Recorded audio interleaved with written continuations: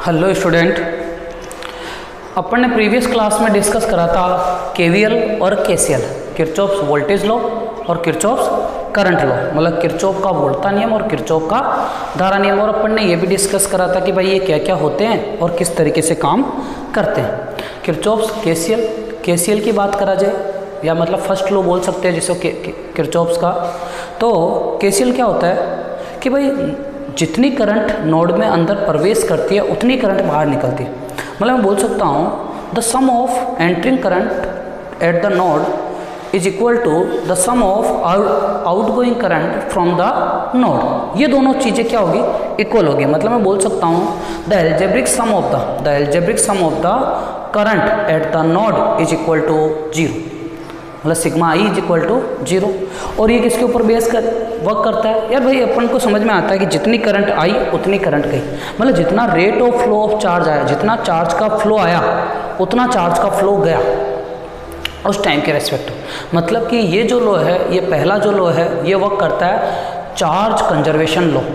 और charge conservation law क्या होता है, charge can neither be created nor can be destroyed, it can transform one conductor to another conductor या one place to another place, जैसे भी तुम बोलना चाहो बोल सकते हो। दूसरा बात करते हैं केवीएल की।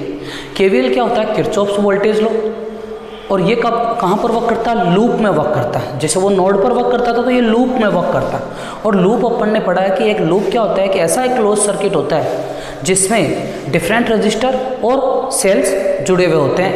ठीक है, अब इसमें अपन ने पढ़ा था कि जितने भी रजिस्टेंस है उनके ऊपर जो वोल्टेज ड्रॉप होता है, मैं बात करता हूँ मान लो जितने भी रजिस्टेंस जोड़ दी उनके ऊपर जो वोल्टेज ड्रॉप होगा वो जो उस पर सेल जोड़ा गया है, जितने सेल उसमें जोड़े गए हैं उन सेल के ईएमएफ के इक्वल होगा। क्लियर है, मतलब मैं बोल सकता हूँ the potential drop, the total potential drop across the resistance is equal to sum of EMF of the cell that connected in the close network. Clear है। और अब ये किस पर वर्क करेगा भाई, पोटेंशियल अगर 10 वोल्ट दिया तो जितने भी रेजिस्टेंस है वो 10 वोल्ट ही खा सकते हैं। इसका मतलब जितनी ताकत दी, जितनी एनर्जी दी उतनी एनर्जी खाएंगे। मतलब कोई एनर्जी प्रोड्यूस हुई, कोई एनर्जी डिस्ट्रॉय हुई नहीं, बस एनर्जी एक कंडक्टर से दूसरे कंडक्टर में गई। तो यहाँ पर कौन सा लॉ फॉलो हो रहा है, एनर्जी कंजर्वेशन लॉ। तो इसका मतलब किरचॉफ्स का जो सेकंड लॉ होता है, जो वोल्टेज लॉ होता है, वो एनर्जी कंजर्वेशन लॉ पर बेस होता है। क्योंकि तुमने पढ़ा होगा कि वोल्टेज जहाँ जाता है तो W बराबर Q भी आता है। और W क्या होती है, एनर्जी, ये चार्ज, और V इज द वोल्टेज या पोटेंशियल। तो यहाँ पर क्या आ रहा है, ये एनर्जी आ रही है, जहाँ वोल्टेज है वहाँ पर एनर्जी है। इसलिए जो केवीएल है is based on energy conservation law. यहाँ तक क्लियर है बेटा, आगे डिस्कस करते हैं। अब आगे इसके कुछ एक न्यूमेरिकल है छोटे छोटे, वो डिस्कस करते हैं। तो सबसे पहला न्यूमेरिकल लेते हैं इसका कि तुम्हें एक रेजिस्टेंस दे रखा है यहाँ, और यहाँ एक वोल्टेज सोर्स दे रखा है, V बराबर 10 वोल्ट है और रेजिस्टेंस है 5 ओम। तो तुमसे इसके अंदर फ्लो होने वाली करंट की वैल्यू पूछी। ठीक है, बेसिक अगर मैं बोलूँ इसका, भाई जितना वोल्टेज देता है उतना वोल्टेज खाना पड़ता है, पर केवल एक ही रेजिस्टेंस है ना, ये ईएमएफ है ना। ठीक है भाई, तो देख ये V बोल दे तो या V बैटरी बोल दो, कुछ भी बोल दो यार, फ़र्क पड़ता है। अब देख लूप, एक लूप ये बन रहा है, इसमें अगर मैं इसी लूप में जाऊँ ABCD, मैं बोल रहा हूँ कंसंट्रेट करना क्वेश्चंस पर, एक एक धीरे धीरे आएंगे। ऐसा नहीं पता चलेगा कि स्टार्टिंग में ही सब कुछ आ गया, नहीं आएगा। तो अपन केवीएल लगेगा इसमें, KVL applied in loop 1। Loop 1 क्या है, ABCDA। जिधर मैं जा रहा हूँ उधर ही करंट जा रही है तो पॉजिटिव है। तो यहाँ पर total voltage potential drop across the resistance R, यहाँ पर क्या होगा, V बराबर IR। तो R कितना है, 5, I कितना है, निकालना है। फिर इधर है, अब देख माइनस से पॉजिटिव, मैंने बोला था कि अपन जब ईएमएफ पर स्विच करते हैं और जिस पर पाँव रखकर स्विच करते हैं वो ही साइन आता है। तो तो यहाँ पर आके मैं इधर आ रहा हूँ तो माइनस से स्विच कर रहा हूँ प्लस पर, तो कहाँ पर बैठ के स्विच कर रहा हूँ, माइनस से। तो यहाँ पर जो साइन आएगा ध्यान रखना माइनस है, माइनस कितना वोल्ट है 10 इज इक्वस टू 0। तो यहाँ पर अगर मैं बोलूँ 5i इज इक्वस टू 10, तो i इज इक्वस टू 10/5, तो 10 में 5 का भाग दिया तो आ गया 2 एम्पियर। तो इसका आंसर आ गया, इसमें से फ्लो होने वाली करंट की वैल्यू आई 2 एम्पियर। बोलो बेटा थोड़ा थोड़ा समझ में आ रहा है? ठीक है, आगे बढ़ते हैं, इसको सेकंड क्वेश्चन को लेते हैं। हाँ देखो अब सेकंड क्वेश्चन की अपन बात करते हैं, थोड़ा सर्किट और थोड़ा अच्छा करते हैं।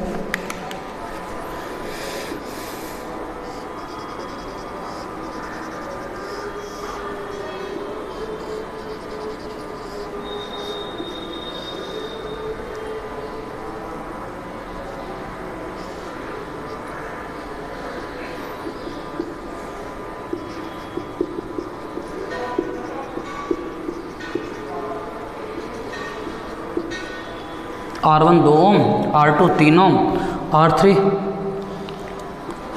5 ओम, 15 वोल्ट और 5 वोल्ट। क्लियर है? इस तरीके से जोड़ रखे हैं। तो सबसे पहले अपने को पता है इसको A B C D loop, सब में एक ही लूप बन रहा है अभी तक, तो लूप 1 हो गया। और वही KVL अप्लाइड इन लूप 1। अब देख कितने जने वोल्टेज दे रहे हैं, 2 जने। खाने वाले कितने हैं, 3 जने हैं। 1 2 मून है, 1 2 और 3। ठीक है, तो इस पर क्या आ जाएगा कि सबसे पहले यहाँ से KVL applied in loop 1, KVL applied in loop 1, loop 1 A B C D A, क्योंकि अभी अपन सिंगल लूप वाले का क्वेश्चन कर रहे हैं। तो देखो क्या होगा, यहाँ पर बात करेंगे, यहाँ से यहाँ गया, यहाँ से यहाँ चल रहा हूँ मैं, प्लस से स्विच करके माइनस पे जा रहा हूँ, मैं पहले बोल रहा हूँ, तो साइन क्या आएगा प्लस 5 वोल्ट। अब यहाँ पर भी लिखना तो वोल्टेज ही है, तो वोल्टेज कैसे आता है, V बराबर I इंटू R। तो I मान लेते हैं करंट फ्लो I है, तो सब में पूरे लूप में एक ही करंट जाएगी I, और R1 कितना 2, तो प्लस 2I, यहाँ पर प्लस 3I, यहाँ पर अब देख फिर अब माइनस से प्लस के ऊपर स्विच कर रहा हूँ, तो माइनस से कर रहा हूँ, तो साइन क्या आएगा माइनस का 15, और इधर फिर प्लस 5i, लूप खत्म हो गया, तो इज इक्वल्स टू 0। ये क्लियर है? ठीक है, अब देखो तो टोटल कितना हो गया, 2 3 एंड 5, तो 10i, 15 और ये 5 माइनस का 10 इज इक्वल्स टू 0, तो I बराबर 1 एम्पियर। हाँ बेटा, क्या दूसरा क्वेश्चन ओके है थोड़ा थोड़ा? ठीक है, तीसरे पे चलते हैं। तीसरा थोड़ा और अच्छा ले लेते हैं।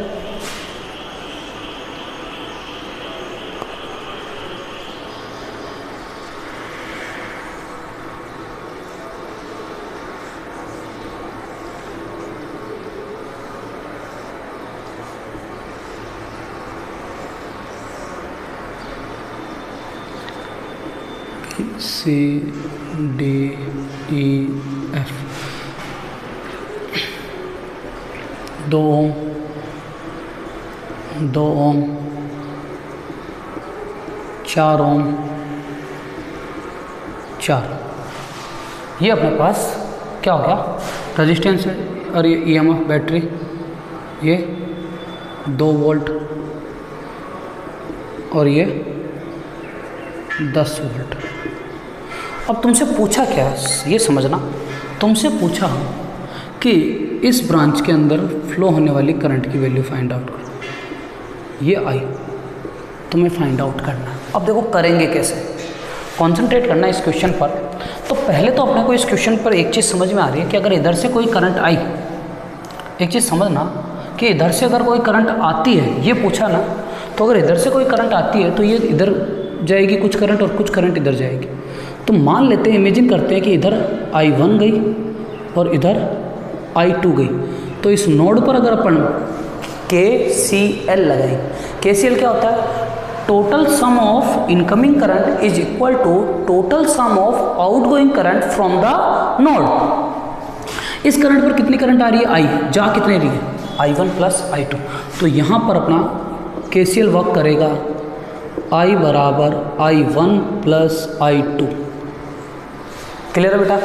ठीक है। अब देखो लूप लगाएंगे, तो लूप एक तो ये लगा देंगे क्योंकि इसके अंदर है, तो पहला लूप ये, और ये इधर जा रहा है तो दूसरा लूप लगा देंगे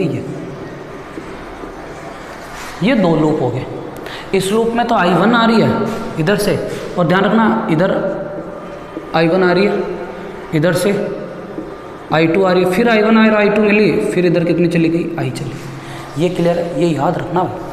अब देखो इसको करते हैं क्वेश्चन लूप को। तो सबसे पहले KVL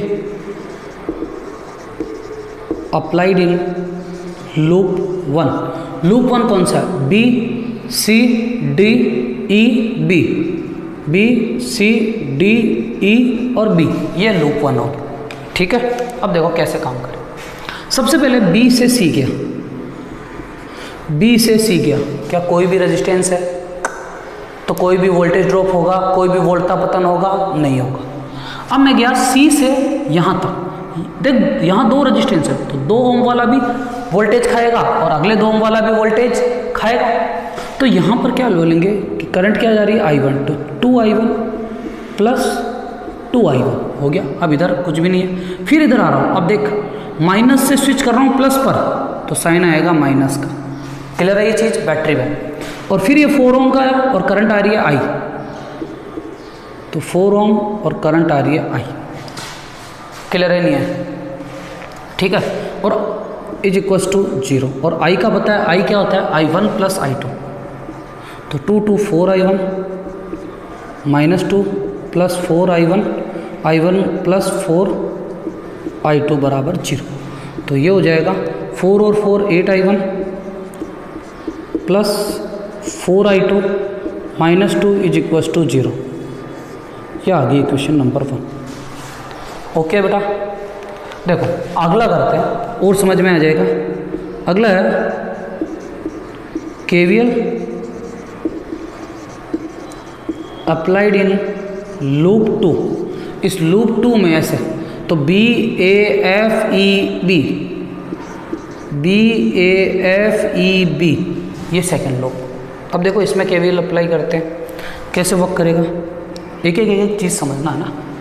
B से A गया, कोई भी रेजिस्टेंस नहीं तो कोई भी वोल्टेज ड्रॉप भी नहीं। अब देख यहाँ से क्या आ रहा है, EMF आ रहा है, प्लस से माइनस पे जा रहा हूँ, जिससे जा रहा हूँ तो प्लस से जा रहा हूँ तो प्लस साइन आएगा, तो प्लस 10। इधर 4 ओम का रेजिस्टेंस और करंट फ्लो हो रही है I2, तो 4I2 इधर आ गया, इधर कुछ नहीं है, इधर फिर वापस देख वही 2 ओम माइनस से प्लस, तो -2, फिर इधर 4 ओम का रेजिस्टेंस और करंट I, और वापस अपनी जगह, तो इज इक्वल टू 0। क्लियर है? अब देखो I की वैल्यू रख देते हैं, I बराबर क्या है, I1 plus I2, 10 plus 4I2 minus 2 plus 4I1 plus 4I2 is equals to 0। तो 4I1 plus 4 4 8, 8I2 plus 10 minus 2 8 is equals to 0। अभी भी 2 का डिवाइड जा रहा है इसमें ना, तो 2 का डिवाइड जा रहा है तो जा देते हैं, और क्या, तो 4 का ही जा रहा है इसमें, तो I1 प्लस 2I2 और प्लस कितना 2 इज इक्वल्स टू 0। मेरे हिसाब से 2 इक्वेशन है और अननोन वैल्यू भी कितनी है, 2 ही है, एक I1 और एक I2। और मेरे हिसाब 9th 10th में तुमने ये चीज़ तो सोल्व करना सीखा होगा कि जो लीनियर इक्वेशन होती है और 2 दे देते हैं और 2 ही अननोन रहते हैं, याद है वो एक्स वाई वाला, तो अपन एक की वैल्यू उठा के एक में पुट कर देते हैं और फिर वो आंसर निकाल लेते हैं। आज भी वही करते हैं। तो यहाँ से I1 की वैल्यू उठाई इक्वेशन 2 से और इक्वेशन 1 में पुट कर देते हैं। तो put the value of I1 in equation 1 from equation 2। Okay बेटा, देखो करते हैं। तो ये क्या हो जाएगा देखना, तो I1 है, यहाँ से मैं बोल सकता हूँ इसको I1 बराबर माइनस का 2I2, ये हो जाएगा। तो देखो यहाँ पर रखेंगे I1 की जगह 8 है ना, तो 8 माइनस का 2I2 plus 4I2 and minus 2 is equals to 0। Okay, यहाँ तक आगे देखते हैं। 8 टू जा -16 और माइनस 8 टू जा -16I2, फिर 4I2 and minus 2 is equals to 0। देख 16 में से 4 जाएगा तो माइनस का 12I2 बचेगा, और 16 और 2 माइनस का 18 इज इक्वल्स टू 0। तो यहाँ से I2 बराबर इधर जाएगा तो माइनस का 18/12, ठीक है। 18/12 को अगर मैं काटूँ तो 3/2 माइनस का 3/2 और I2 बराबर माइनस का 1.5 एम्पियर। तो बोलोगे सर करंट माइनस में कैसे आ सकते हैं? भाई करंट जैसा अपन ने इमेजिन करा था, मैं एक बात बोल रहा हूँ, जैसा अपन ने इमेजिन करा था कि करंट I2 इधर जा रही है, अब वो रियल में इधर नहीं जा रही है, वो रियल में तो इधर जा रही है। कितने से जा रही है? 1.5 एम्पियर। पर अपन ने जब माना, अपन ने मान लिया इधर, तो जो अपन ने मान रहे और जो रियल करंट आई है वो दोनों एक दूसरे के क्या है? अपोजिट है। चलो अपने को तो I2 आया, I1 कैसे निकालेंगे? इसमें पुट कर देते हैं। तो देखो ये क्या है, I1 is equals to -2 and -2 into minus का 3/2, 2 ने 2 को कैंसिल आउट करा, तो I1 बराबर -2 प्लस 3 माइनस प्लस, तो ये आ गया 1, तो I1 is equals to 1 ampere. हाँ बेटा, तुम्हारे पास I1 भी आ गया, तुम्हारे पास I2 भी आ गया, तो क्या तुम I निकाल सकते हो? क्योंकि I बराबर क्या होता है? I1 plus I2, so that I बराबर I1 प्लस I2, तो I बराबर I1 इज 1 और I2 इज माइनस का 1.5, तो I बराबर माइनस का 0.5 एम्पियर। इसका मतलब जिधर तुम्हें बुक वाले ने निकालने के लिए बोला है, तुम्हें बुक वाले ने बोला इधर निकालो, लेकिन रियल में जो करंट फ्लो कर रही है वो इधर कर रही है 0.5 एम्पियर से। ये चीज़ समझ में आई कि नहीं आई? देखो बेटा, इसको तुम्हें समझना पड़ेगा, इन क्वेश्चंस को तुम्हें समझना पड़ेगा। तो ये अपने KVL के क्वेश्चन है, मैंने इजी, थोड़ा और टफ और बहुत अच्छा वाला क्वेश्चन, ठीक है। और अपन करते हैं, अब करते हैं अपन KCL के कुछ क्वेश्चन।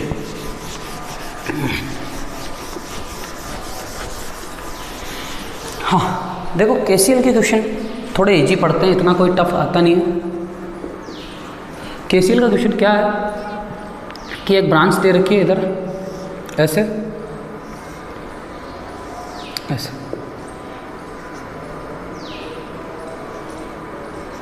ठीक है। क्या क्या एम्पियर दे रखा?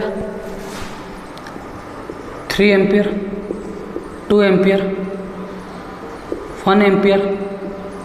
तो I की वैल्यू फाइंड आउट करना। तो अपने को पता है KCL क्या बोलता है? KCL बोलता है किसी भी नोड पर आने वाली धारा बराबर नोड से जाने वाली धारा। वापस बोल रहा हूँ, the sum of incoming current at the node is equal to sum of outgoing current from the node. तो ये नोड N है, इस नोड पर आ कितनी धारा रही है? 3 और 2 5। तो देख, sum of I incoming current is equals to I sigma I outgoing current. बस ये याद रखो तुम तो सीधा। तो देखो क्या हो जाएगा, आ कितने रही है भाई? 2 + 3, जा कितने रही है? 1 + I निकालना है, तो ये इधर गया 2 and 3 5 -1 is equals to I, तो I is equals to 4 ampere answer. मेरे हिसाब से ये थोड़ा इजी लगा होगा, क्योंकि KVL में बहुत रामायण है, KCL में बहुत इजी है। देखो और देखते हैं, एग्जाम्पल दो।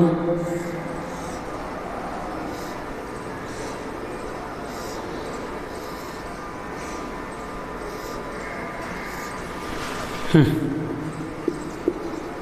Ampere, 3 ampere, 0.5 ampere, 2 ampere, 5 ampere,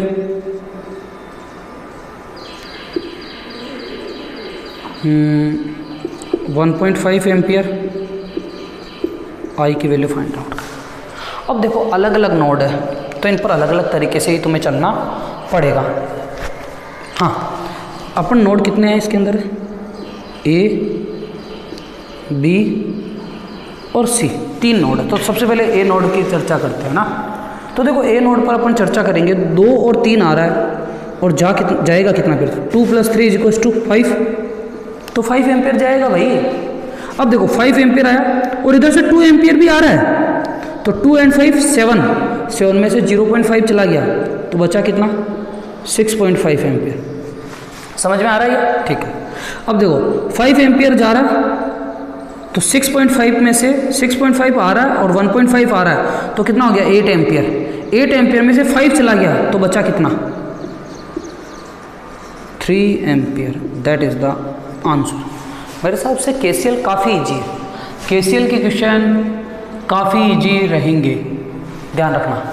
और केवीएल के क्वेश्चन में तुम्हें थोड़ी सी दिमाग का यूज करना है कि लूप कैसे लगाना है। एक क्वेश्चन से नहीं होगा। मैंने तुम्हें एक क्वेश्चन बताया पर एक क्वेश्चन से नहीं होगा। अपने को इसको कम से कम तुम 8 से 10 क्वेश्चन 10 न्यूमेरिकल करोगे तब कहीं जाके आएगा। एक न्यूमेरिकल है केसीएल केवीएल का, वो भी करके देखता है। ये स्क्रीनशॉट ले लेना बेटा इसका, ठीक है, और फिर ट्राई करना। ठीक, अब अगला करते हैं एक और। ये तुम्हारी बुक का क्वेश्चन है जो अब करूंगा।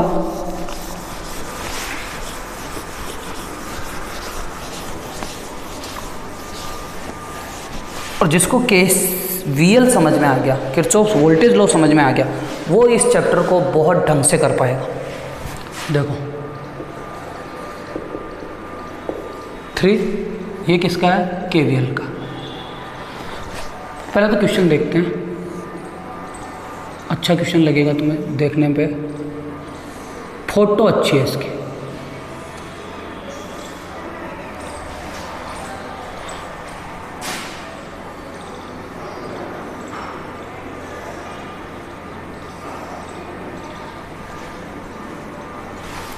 फोटो, ठीक है।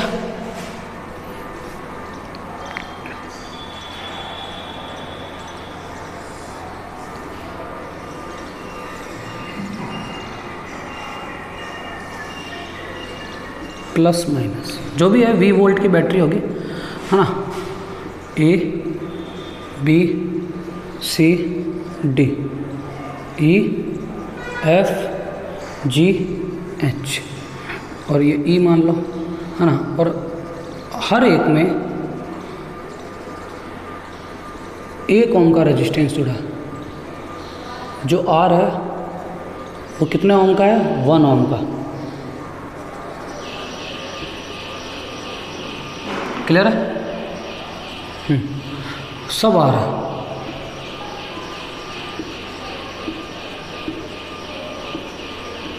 और R इज टू 1 ओम और R कितना दे रखा है? 1 ओम। और E ले लो 10 वोल्ट, पता नहीं अब कितना है वो, तो 10 वोल्ट ले लो। तो अपने को पहले तो R इक्विवेलेंट निकालना है और फिर इसमें से फ्लो होने वाली करंट की वैल्यू निकालनी। मान लेते हैं कि इधर से 3I करंट जा रही है तो इधर से भी 3I करंट आएगी। अब मैंने 3I क्यों माना? क्योंकि 3 इसलिए माना कि यहाँ से रेजिस्टेंस इक्वल है, इधर R R R। जब रेजिस्टेंस इक्वल है तो तीनों में से करंट का जो डिवाइडेशन होगी वो भी क्या होगी? इक्वल ही होगी। तो अगर मैं 3I मान रहा हूँ तो 3I, तो 3 रास्ते मिले तो एक आई इधर गई, एक आई इधर गई, एक आई इधर गई, तो तीनों अलग अलग करंट जाएगी नहीं जाएगी? जाएगी। तो देखो, तो इधर से मैंने जब 3I माना तो इधर से कितनी गई? I, इधर I और इधर I, सेम करंट फ्लो होगी तीनों में। अब देख इधर I आ रही है, अब इस नोड पर फिर 2 पार्ट डिवाइड हो रहे हैं पर सेम है, तो इधर हाफ चला जाएगा I/2, I/2। फोकस करना सारा इस क्वेश्चन पर। अब देख इधर I आ रही है तो फिर ये 2 पार्ट में डिवाइड हो रही है, फिर I/2 I/2, इधर जा रही है फिर 2 पार्ट में डिवाइड हो रही है, I/2 और I/2। ये मैंने करंट डिवाइडेशन कर दिया। अब देखना इस नोड पर I/2 आ रही है, वापस बोल रहा हूँ I/2 आ रही, तो जाएगी कितनी I/2 plus I/2, sum of incoming current बराबर सम ऑफ आउटगोइंग करंट। इधर I/2 आ रही है और इधर से भी I/2 आ रही है, तो इधर भी कितनी आएगी I। अब देखना इधर से I/2 आ रही है, इधर से I/2 आ रही है, तो इधर भी कितनी आएगी I और I, फिर कितनी मिल गई 3I। मतलब कि जो अपन ने करंट डिवाइड करा है वो क्या है, एग्जैक्ट करेक्ट है। ठीक है, अपने को तो रेजिस्टेंस फाइंड आउट करना है इसका A और G के बीच में। तो देखो, तो अब कैसे करेंगे, तो अपन लगाएंगे इसमें KVL। क्या लगाएंगे, KVL, ऐसे ये KVL लगा दें। तो यहाँ पर लिखेंगे KVL applied at loop 1। Loop 1 क्या है, तो यहाँ से GHD AEG, ये E, वापिस बोल रहा हूँ GHD AEG, ये लूप बन गया पूरा का पूरा। क्लियर। अब देखो, तो लूप बन गया, तो लगाते हैं। सबसे पहले G से H, एक ओम का रेजिस्टेंस है, करंट I फ्लो हो रही है, तो 1I, तो I बोल सकता हूँ 1 इंटू I। यहाँ पर जिधर मैं जा रहा हूँ देख, उधर ही करंट है, तो ये कितना हो जाएगा 1 इंटू I/2। फिर देख, इधर भी मैं जा रहा हूँ, इधर ही करंट है, तो 1 इंटू I। इधर आ रहा हूँ, अब माइनस से स्विच कर रहा हूँ प्लस पर, और E दे रखा तेरे को 10 वोल्ट, तो ये हो जाएगा माइनस का 10 इज इक्वल्स टू वापस अपनी जगह तो 0। क्लियर है नहीं है, ये आ गया अपने पास, I की वैल्यू आ जाएगी यहाँ से, तो I 2I प्लस I/2, तो 5I/2, तो 5I/2 इज इक्वल्स टू 10, तो 2, तो I is equals to 4 ampere. अगर I 4 एम्पियर हो तो इसमें फ्लो होने वाली करंट कितने एम्पियर आ जाएगी, 3 इंटू 4, तो 12 एम्पियर। ये आ गई इसमें। और अपने को पता है किसी भी चीज़ का रेजिस्टेंस निकालना हो ना, तो ओम्स लॉ वहाँ काम करता है। कंप्लीट रेजिस्टेंस में, छोटे छोटे रेजिस्टेंस में काम नहीं करता, कंप्लीट रेजिस्टेंस की बात कर रहे हो। कैसे कि अब ये जो सर्किट है ना, ये कुछ इस तरीके का कन्वर्ट हो गया,